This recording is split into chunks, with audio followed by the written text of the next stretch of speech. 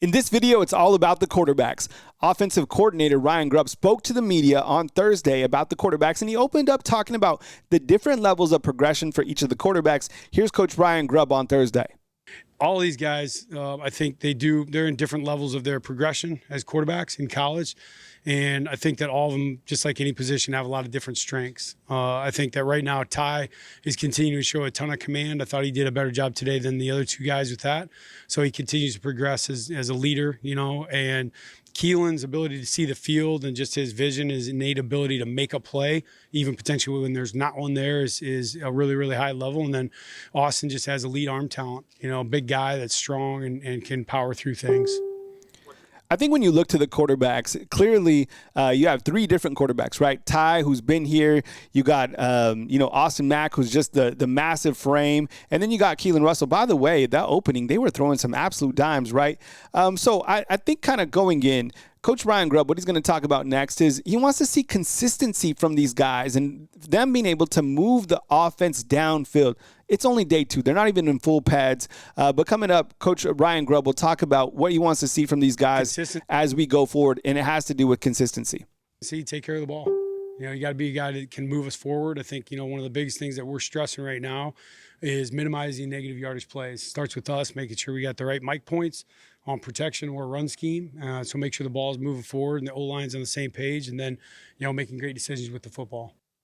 He was also asked about, what does Ty Simpson have to do to be the actual guy that walks out on the field against Florida State and be the man, be the number one quarterback? Because right now it's kind of just projection-based. But in terms of he wants to win the job, what does he have to do? And I like this answer. Look, I like Ryan Grubb. I've said this before. I think he's a no-nonsense type guy. And here's what Grubb had to say in terms of Ty actually being the guy against Florida State.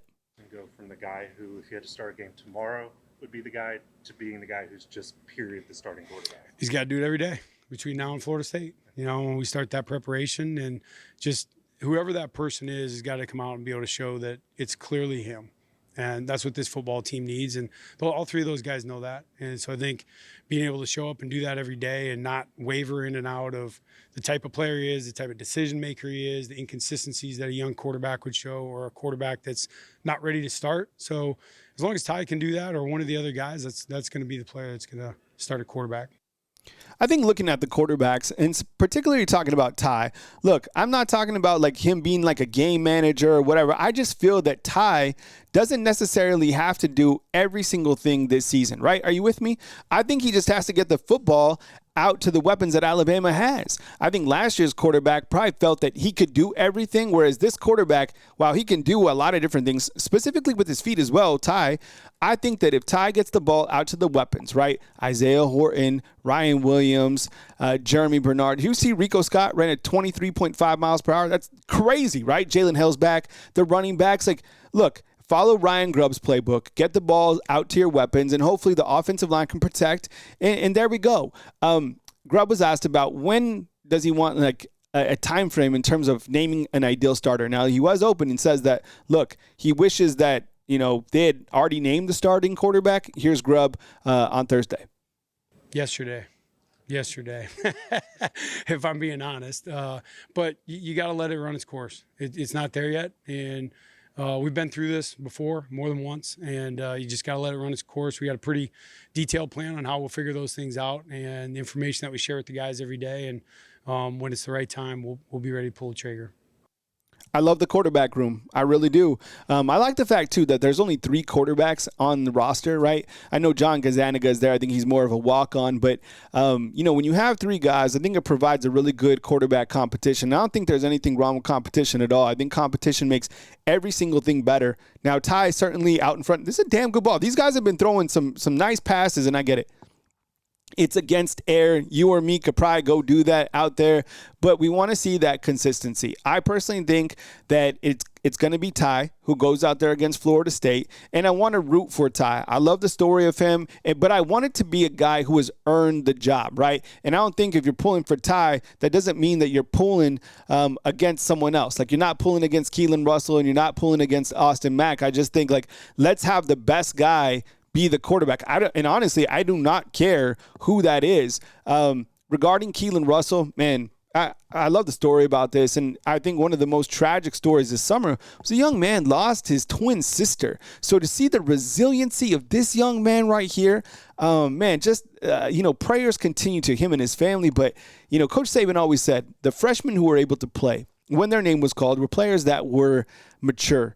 And, from everything that we gather and hear, he is absolutely that guy. And then I also want to highlight Austin Mack, because I think particularly with Austin Mack, he's a guy, and I said this earlier on my show, I think sometimes a guy like this gets overshadowed because, you have Ty, who's returning with all of the experience, and then you have Keelon Russell, who's the 5-star phenom, who's going to obviously be the guy at some point, and then you have Austin Mack, who transferred here. But remember, this guy was recruited by Ryan Grubb. He was recruited by Kalen DeBoer. He's 6'6", 235 pounds or whatever, and he, as you heard Ryan Grubb say, he throws a cannon. So look, you have 3 quarterbacks. I think Alabama is in a very good position. And the last thing I want to highlight too is just Grubb, okay? We've been waiting for this for a long time, and I honestly feel that Alabama fans and the staff and the roster, okay, and the quarterbacks have been shortchanged at the offensive coordinator position. I really do.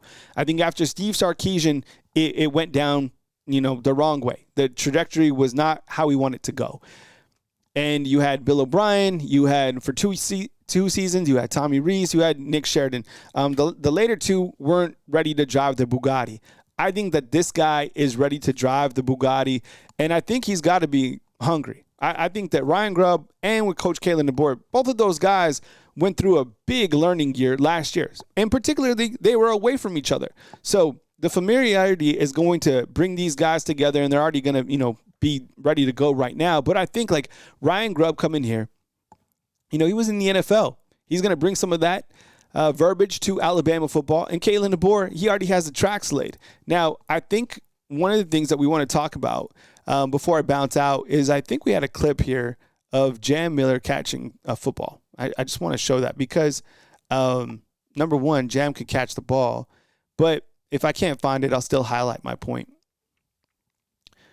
I feel that with Ryan Grubb here, there's like this misconception that the running backs aren't going to get fed, right? Look, Alabama has a very healthy running back room.